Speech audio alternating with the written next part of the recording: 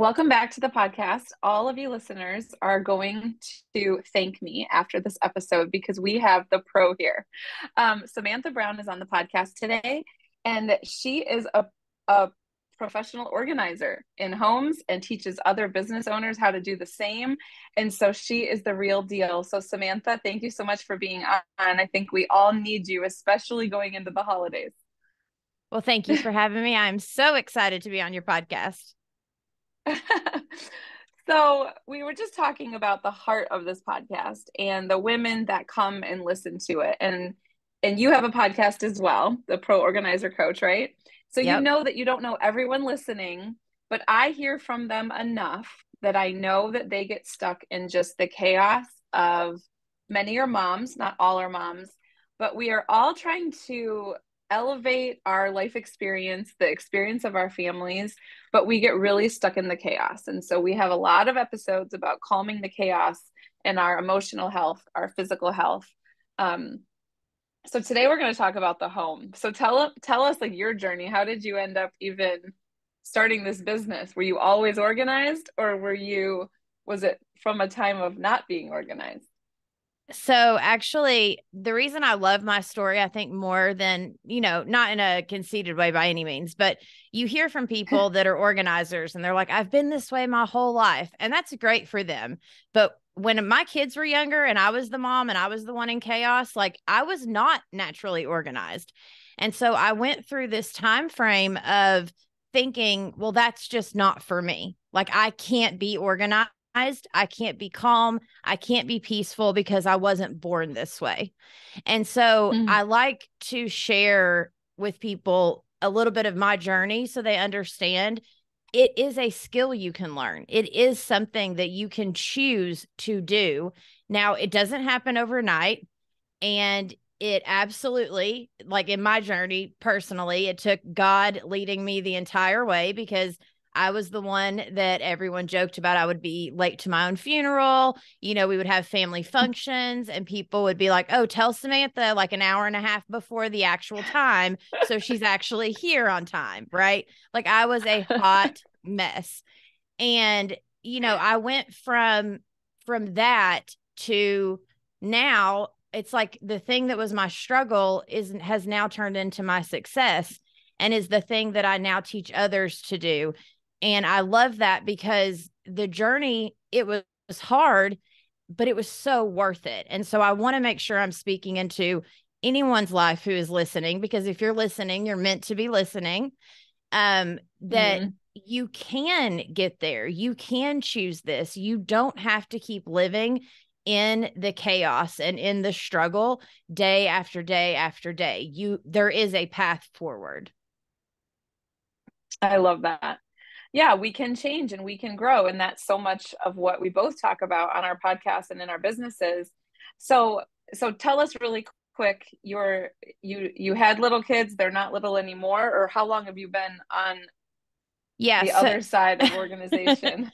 my kids are teenagers now. I was a hot mess express from birth up until my kids were, I don't know, maybe like 7-ish years ago. Around the time that they were like hitting elementary school is around the time that I started really being like, okay, something's got to give, something's got to change. Like I couldn't even help them with homework because the table would be covered with a mess of stuff, or there was nowhere to sit, and we would like eat our dinner on those TV trays in the living room. Like I was a mess, I was barely making it. And so that to now, once I actually decided and I started my journey with God, I started my journey with getting organized and getting decluttered. That was probably, honestly, it's only been about 5 years that it has taken me to get from there to here. And I know that doesn't sound like that long, honestly. And I want people to know it's not been that long, because I feel like a lot of times online, people think like, oh, well, that's for them, but they've been doing this 20 years or they've been doing this, 40 years or whatever it is. Yeah. And for me, it's literally like God was working on my emotional side, right? And my heart was like, I had the desire to want to get better and to want to do that. but the actual like physically decluttering my space, paying attention to my calendar, like doing the actual tactical things, that started about 5 years ago. And from that point in 5 years, I've gone from like learning how to do it for myself to starting my own business where I help other women do it to now having a podcast and teaching other women how to do the same for their communities and for the women in their lives that need the help also. So it's not just now me, it's that one decision I made of wanting to change my life is like has so many layers of women that it's helping. That's amazing. I love that. And we can all imagine the dirty kitchen table, right? When you have to like push everything to the side.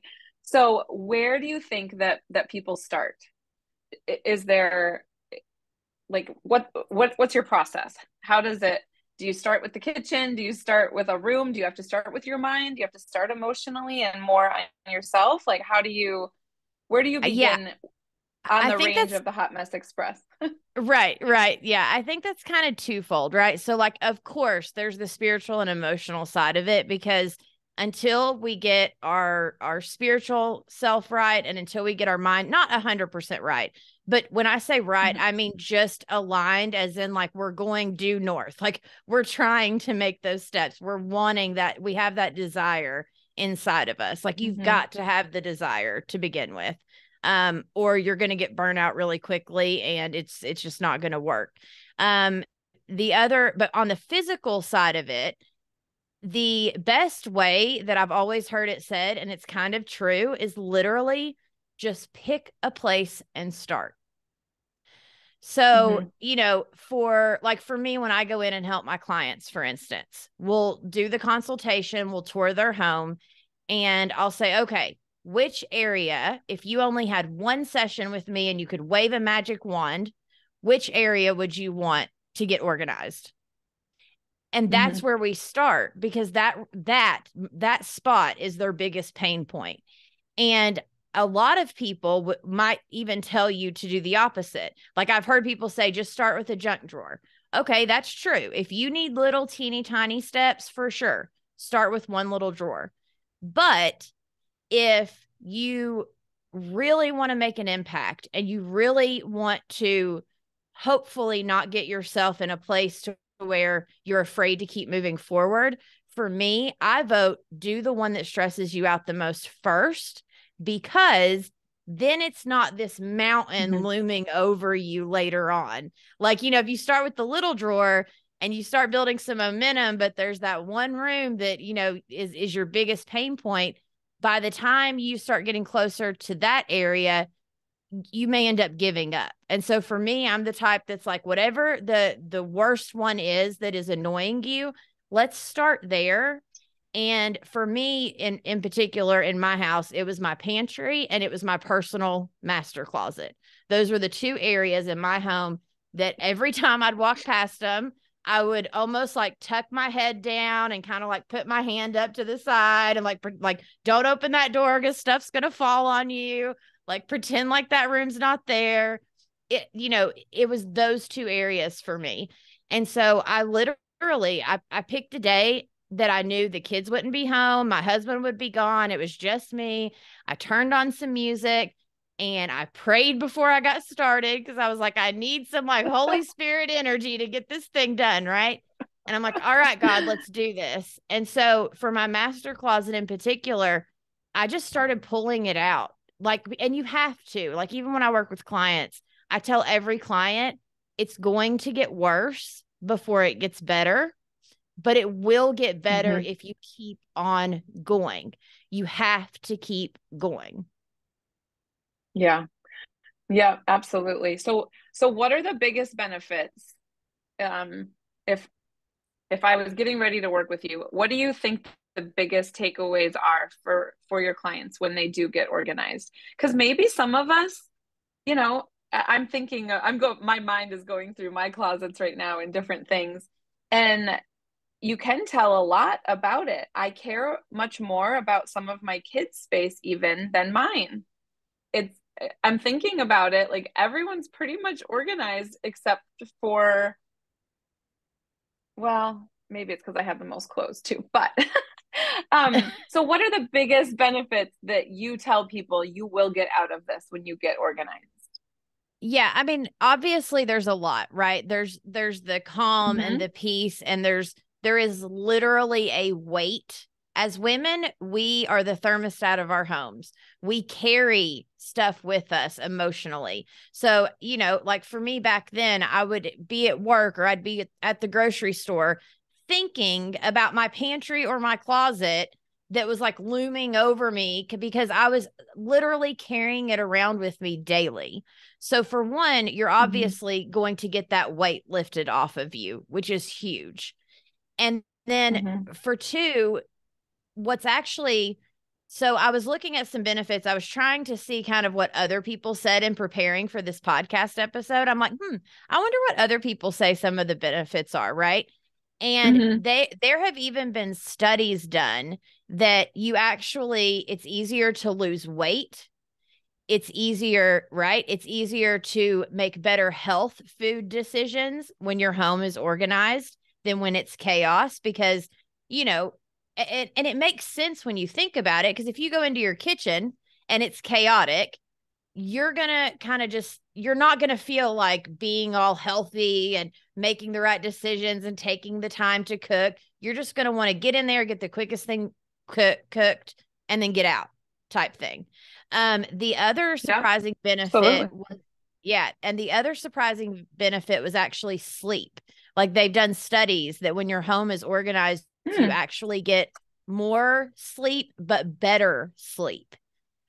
And that would make Wow. sense for us as women, right? Because we lay awake at night thinking about those things that are overwhelming us. And so, if that Yep. thing that's been overwhelming us is all of a sudden not there anymore, well, then, yeah, we are going to sleep better. Mm-hmm. Yeah. Oh, absolutely. And I don't know what it is. I think as women, we think about when we're pregnant and we're nesting at the end, right? We are biologically and instinctually our home represents us. And within those four walls, we feel like we take care of our little baby birds, but as well as we want it to be welcoming, or even if you're not like a home decorator or if you don't love to cook, you still are making your little nest for your people, whether it's you and a dog or you and your children, whatever it is. And I think that we're also biologically designed to be very affected by our environment. I think everyone is. Mm-hmm. So I even tell my kids, like, even if you think that this is not important to you, there is something mentally that happens when you make your bed. So when you're my child, you are going to make your bed and you'll maybe not see the side benefits until you're much, much older. But I think it's really important I'm just a make your bed person. I just think that I think mentally it just closes the chapter of sleep and starts the day and whatever it is. So I totally agree. So what do you think that organizing makes the biggest difference? Not just about mental health, but what have you seen shifted for people or even for yourself? Yeah. Well, and Did you feel more confident even? oh, absolutely. I get more done. I feel more confident. But even back to what you were saying, it's kind of a twofold thing. So on the like our space reflects what's going on the inside of us, which is what had me go get certified as a life coach almost immediately after I started my organizing business because I started to see from the get-go, this is not just, oh, this is how their home looks. The way your home looks a lot of times can tell you what's going on the inside for you as to how Mm, you're feeling. So, like, your home reflects you, but then it's almost this twofold thing of the way you're feeling is being portrayed around you, but the way your environment is also dependent on and making you feel certain ways. So, it's this like twofold thing of, yeah. so it's kind of like where at some point, if you can disrupt that back and forthness of, oh, well, the house is chaotic, so I'm feeling stressed. I'm feeling stressed, so I'm making it more chaotic. Like that give and take as a woman in our home it's exactly what you said. And like I've heard it say that we're the thermostat of our homes. And that's not just Mm-hmm. emotionally with our families. It's also physically, like the way we are feeling, our home is going to portray that.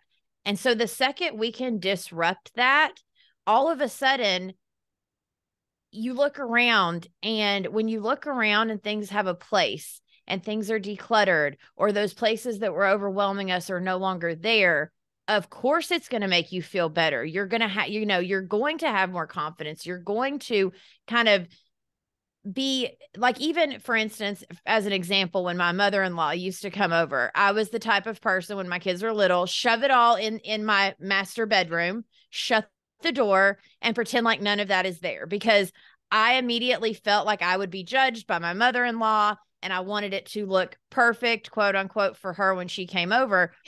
But I wasn't living the perfect, living with it that way. And so literally I would just throw it all in the master bedroom, because that was the one room I knew she wouldn't walk in.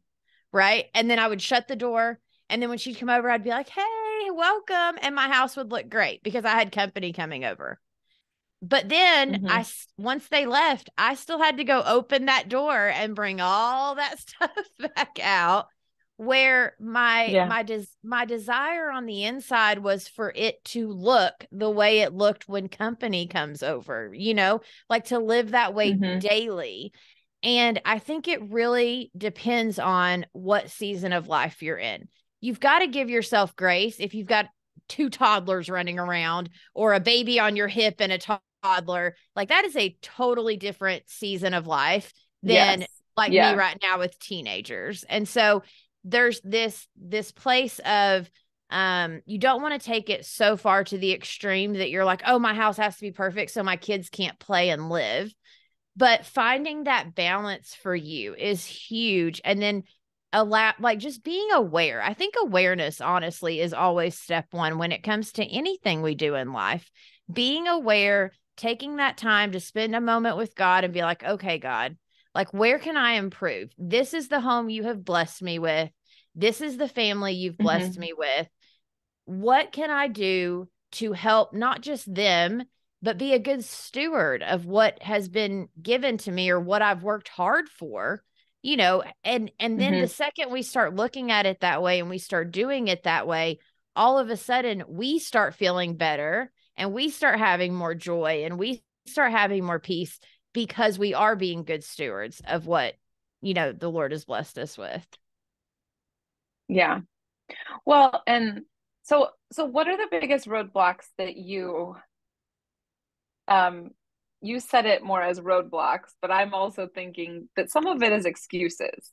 I know that women are going to say, I'm too busy. I don't have time. My family doesn't keep it that way. It'll be a waste of time. So I'm sure that you've heard all kinds of things. How do they overcome some of those objections, excuses? Well, honestly, just to be kind of blunt, how bad do you want it? I mean, Hmm. like, how you have to look at your life and the way you're living right now. And if it feels chaotic, whether you're at home, whether you're in the car driving, whether you're at work, whether, like, if you feel like you're in chaos all the time, at some Hmm. point, you've got to make that decision. Okay, this has to change. And one thing I've learned is, especially with my kids and my husband, I used to be the type that had the excuses, but also had the like, I didn't have a backbone to stand up for anything I wanted, right? Like, I wanted it internally, but I didn't know how to like say what I was wanting, even to my family. Hmm. And so I would just let things kind of happen sometimes. And then I would be Hmm. the one going behind them, picking it all up and making it back the way I wanted it. And so what I've learned over time is that we teach people how to treat us. And we also That is teach. one of my biggest lines, girl. I love that one. Yeah. Teach people how Yes. you expect to be treated. Absolutely. And then I think we also teach people what our boundaries are in our home, especially when it comes to our families, and when it comes to, just what we expect out of our kids.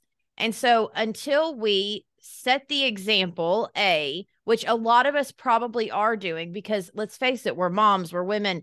We normally are the ones doing all the things, right? So once we get to that point of we are doing it, but now how do we set them down and be like, all right, guys, like, listen, things are going to change and they're going to change. And if they don't change, these are the consequences. I'm setting some boundaries, because it is okay to set boundaries with your family. Like, I used to be the one that was like, oh my gosh, if I set a boundary, like, I guess I thought the word boundary was almost a bad word, like it was putting up a wall. When really what I've learned is when I can put boundaries in place, it's actually my way of showing you love, because it's also showing myself love too. Well, and children feel more safe with boundaries. When you have a Absolutely. home where they are allowed to do whatever they want and there's no structure and it's chaos, they actually don't feel as much love. So it's actually the reversed. Not if if they can never make a mistake, or if you're yelling at them all the time and constantly nagging, which we'll get to next. but but they actually feel safe. They know what's expected. They know where everything is. They know where their shoes are then to go to school in the morning, and where their backpack is or their lunchbox. You're not constantly in chaos for them, where they feel so much more nourished. So that brings me to the next point is, how do you have any clients, or do you now struggle yourself with kind of taking the perfectionist? I love watching that home organizing show. What is it? Home The home Edit. edit. Yeah. But it's not real life. They go buy No. fake groceries to put them in rainbow order. So then my girls will watch this and they'll be like, "Well, mom, when I have my own house, my fridge is going to look like that, and I'm going to have all the clear containers and all of that." And I just laugh and I'm like, "Okay, great. I can't wait to go to your house. It's going to be so beautiful." But that's not real life, right? Your No. groceries don't all match and they're not color coded. So how do you kind of find that? I understand like everything being in its place and organized one time and kind of maintaining it, but like my girls have time to color code their clothes. I don't, that's not a value. So how do you kind of guide people to find the level of organizing? Because you can go really over the top and spend tons of money buying containers and all the system. Oh, yeah. And honestly, I think that's why my business is thriving the way that it is because I'm more of the down to earth, realistic person.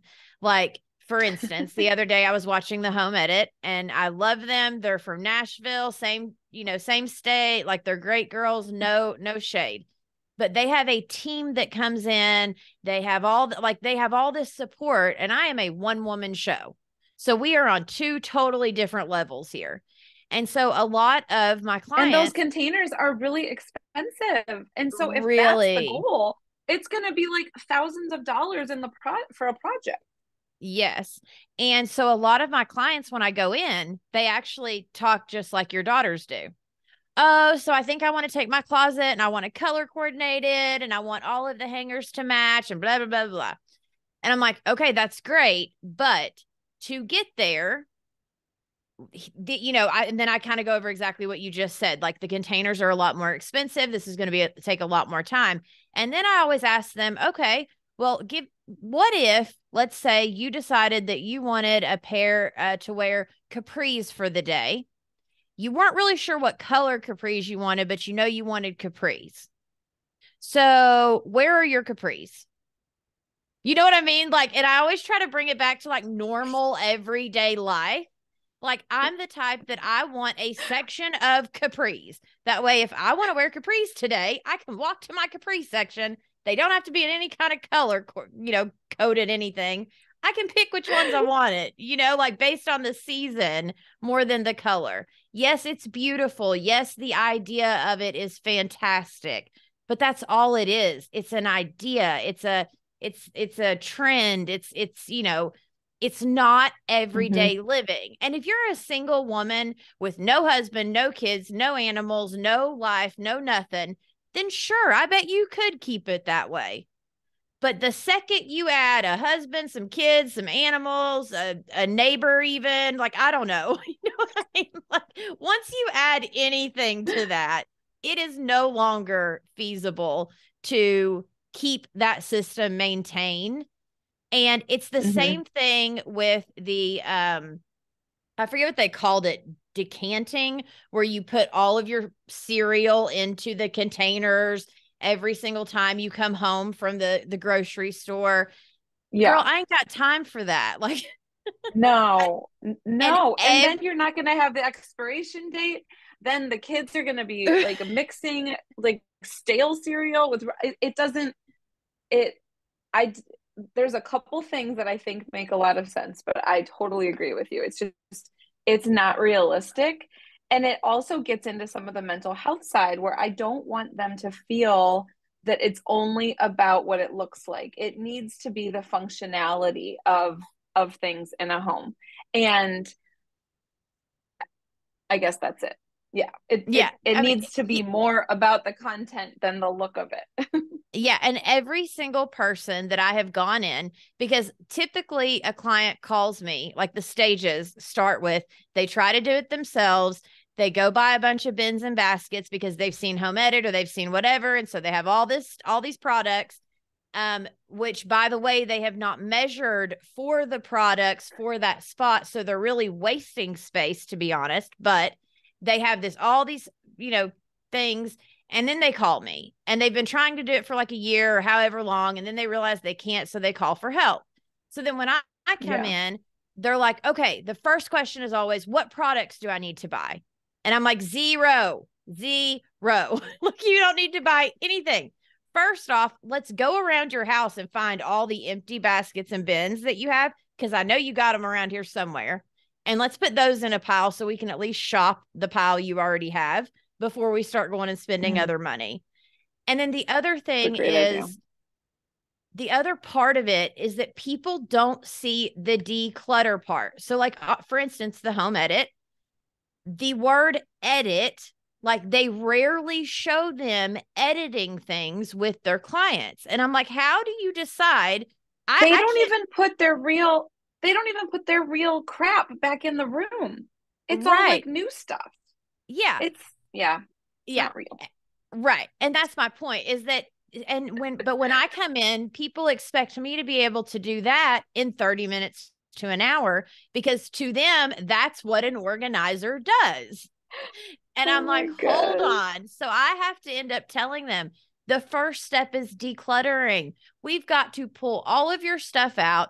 We've got to go through it. We've got to put like items with like items. And then we've got to decide, okay, you've got 40 white tank tops. How many do you really need? Now, okay, let's release the rest of these and then only put back maybe five type, and you have to go through that process. And honestly, maybe 10% of my sessions are actual organizing sessions. 90% of my sessions are decluttering sessions, because once we get through the Wow. decluttering stages, they're like, "Oh my gosh, it looks amazing." And we maybe bought, like, a couple of bins. Like, there's certain areas of your home that it just feels better to have a bin or a basket, or makes it prettier, feels better. Hmm. But it's not necessarily every single everything needs to have all these, but that's not the case. It's that we already have too much stuff. We are Americans. It is proven that as Americans, we wear 20% of our clothes 80% of the time. So when you Mm-hmm. I think believe about it. that, like, because we have our go-tos, and half the time our go-tos are in a pile in a chair in the corner of our bedroom, and we don't even go into our closet. You know what I mean? Like, and so that's when I say, like, getting real and being realistic about what it is that you actually want, and what would work best for your family. It doesn't have to Mm-hmm. be Pinterest perfect, Instagram worthy. It just has to work for you and your family. And then check, that's what you do. And I have a lot of clients. Let's try a system. If it doesn't work, I'll come back in a few months. Okay, you can tell me what's not working. Let's kind of tweak that. But working with an organizer, and that's what I am here to do in my life, in my, on the podcast, my group coaching membership, everything. The organizers that I am training, I'm helping them learn this is about decluttering. It's not about the unrealistic stuff. It's not just for the wealthy. It's for the everyday mom that is overwhelmed, stressed out, and just needs some help and another set of hands. Like I tell my clients all the time, look at me as kind of your hands and feet and your sounding board, and we will get through this. Mm-hmm. Absolutely. Yeah, it is. Um, well, and it's fun to see. Sometimes we're emotionally attached to things or we think we're going to use them again.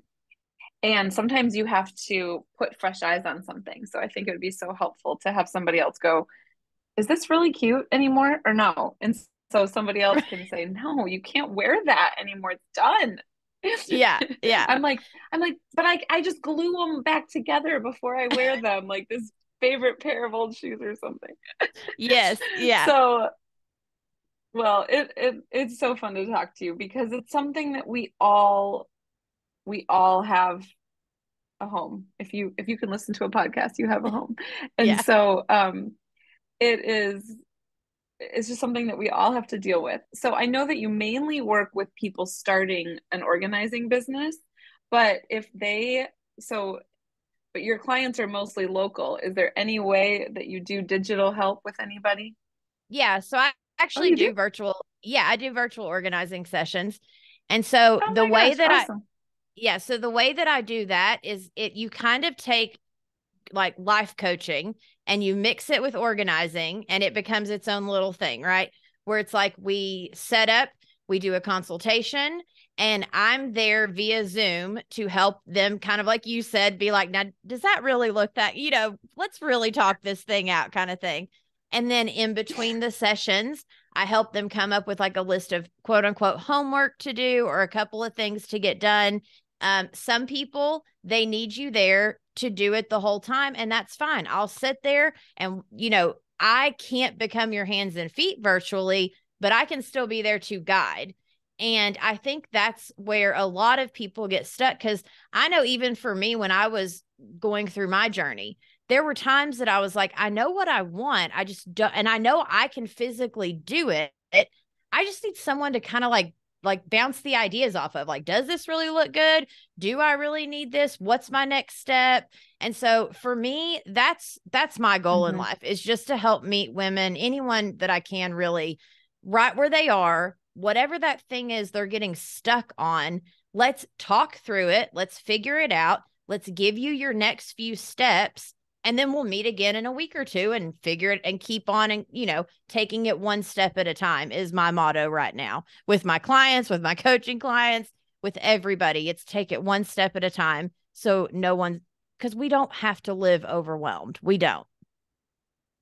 Exactly. Well, and that's the beauty of coaching is just having somebody to be walking with you. We've been through a lot of years where a lot of things have gotten out of whack, I think, as a culture. And so it's amazing that you can hold people's hand in that process. And okay, so you will send me all of your information so people can connect with you, your podcast, how to get you virtually, all of the things. We'll put that in the show notes below here. And come Absolutely. back again. Come back again. It was so fun to talk. And I think you're doing really good work because like I said, we all have to do it, Yeah. whether we Well, want to or not. and honestly, I'm going to put you right here on the spot right now. So I was just talking to I have another friend that she also has a podcast called the SOS Mom Podcast. And then she has another friend. But anyways, we were trying to get a group of women together that each of us do our own little thing and maybe do some kind of like virtual conference or something along those lines. And I thought of you. And so Ooh, if or as we kind of get this thing going, I would love for you to come join us and for us to do some kind of virtual conference kind of thing to help, because each one of us help moms, like we just do. And yeah, that is the goal. Like, not moms, but moms, wives, women in particular, I guess I should say. We all help women want to live a better, healthier, faith-based life that isn't so insane that you don't even want to get out of bed in the mornings. yeah, absolutely. Well, I would love to. Let's do it. We did Awesome. one a couple years ago called what did we call it? It was an online summit, but we called it, I don't know, I have it on my blog still all saved. But yeah, it was so cool and people loved it. They loved hearing from other people, even though you can go to different podcasts and find different people. It's just nice when it's all right there in a little package because we are all busy. We don't all even have the time to get the resources to do the thing that we want to do. So it was so good to Absolutely. talk to you, and you're Thank you helping so lots much of for people. having me, having me on the podcast. And for those of you listening, thank you for taking the time to listen to this episode, and have a blessed day. Thank you.